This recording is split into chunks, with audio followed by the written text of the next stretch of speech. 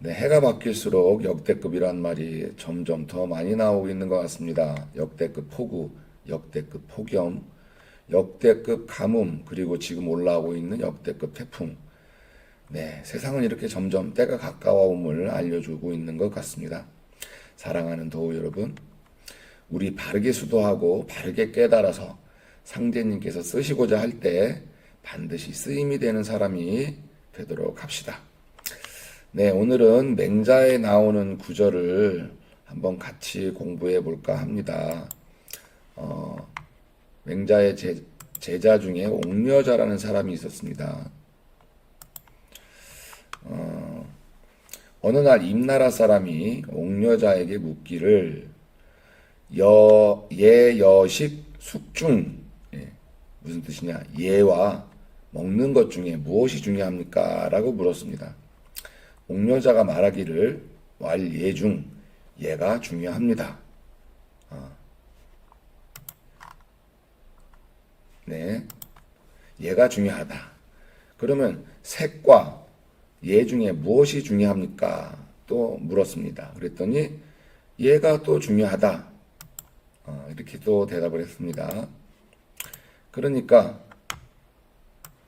그러면은 일의식 즉 기이사, 예를 지키지 않으면 굶어 죽고, 불일의식 즉 득식, 예를 지키지 않으면 먹을 것이 생길 상황인데 필일애호, 네, 그래도 반드시 예를 지키겠는가, 이렇게 물어봤습니다. 네, 이렇게 물어보네요. 극단적인 예를 들고 있죠. 그리고 친영즉 부득처, 예를 지키면 부인을 얻지 못하고 불친영즉 득처, 예를 지키면은 부인을 얻는 상황이 되어도 필친영화, 그래도 반드시 예로서 하겠는가, 이렇게 또 물어봤습니다. 그랬더니 옥녀자 불능대, 네, 옥녀자가 거기에 답을 하지를 못합니다. 네, 여러분 어떻게 생각하십니까? 당장 죽는데 예를 지켜야 합니까? 먹어야 됩니까?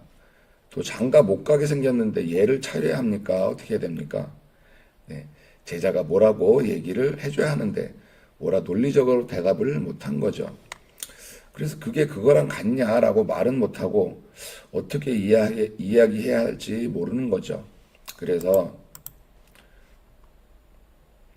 명일지추 이고맹자, 다음날 추나라에 있는 맹자한테 가서 그대로 고하니, 스승을 찾아간 거죠. 이렇게 물어봤는데 말을 못했습니다 라고 그대로 말했습니다. 그랬더니 맹자가 말하기를 어답시야 하유, 야 그거 대답하는데 뭐가 그렇게 어렵냐 라고 이렇게 말을 합니다. 그 다음에 이제 좋은 문장이 나오는데요. 불최기본 이재기말, 근본을 헤아리지 않고 말단 끝만 가지런히 해서 비교한다면은 방촌지목도 가사하고 잡눈이라. 네, 한 촌밖에 안 되는 나무를 높은 누각보다 더 높일 수 있을 것이다 라고 이제 얘기를 합니다.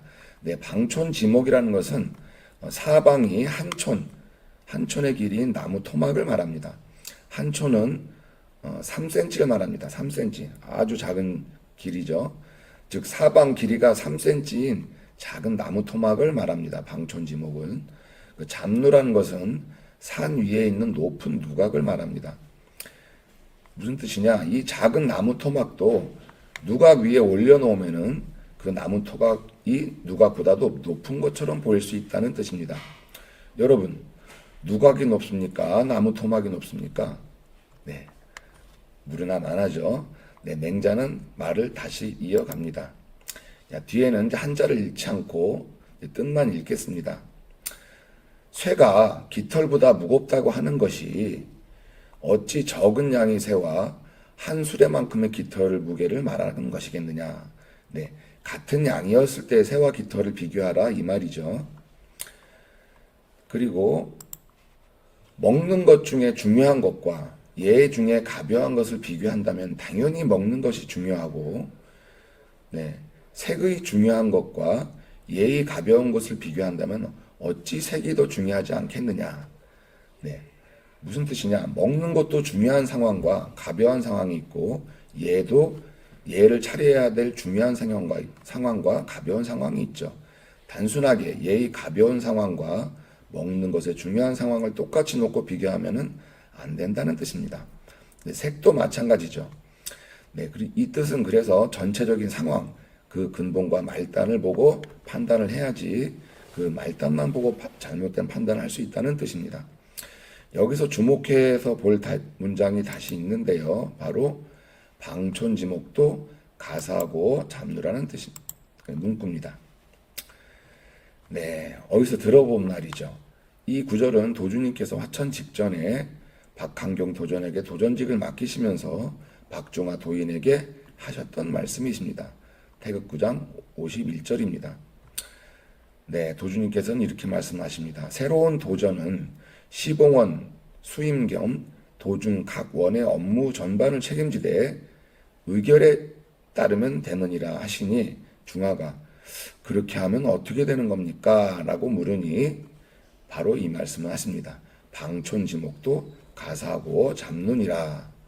중화가 더욱 깨닫지 못함을 사례니 근본을 헤아리지 않고 그 끝만을 보면은 천마산 꼭대기에 세운 숟가락이 더 높아 보일 수 있다는 뜻이니라.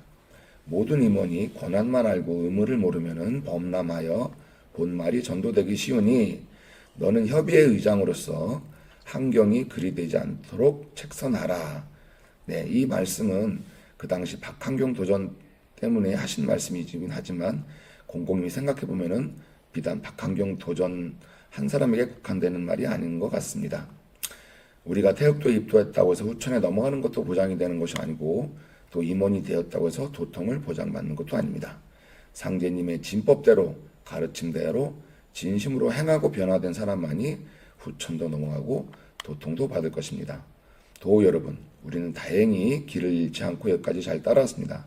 그러나 방심하고 타성에 젖어 자신을 돌아보지 않으면은 나도 모르게 넘치는 마음이 생길 수 있습니다. 네, 오늘은 상제님께서 말씀하신 맹자에 있는 구절 방촌지목도 가사고 잡누라는 글에 대해서 이야기 나누었습니다. 그 뜻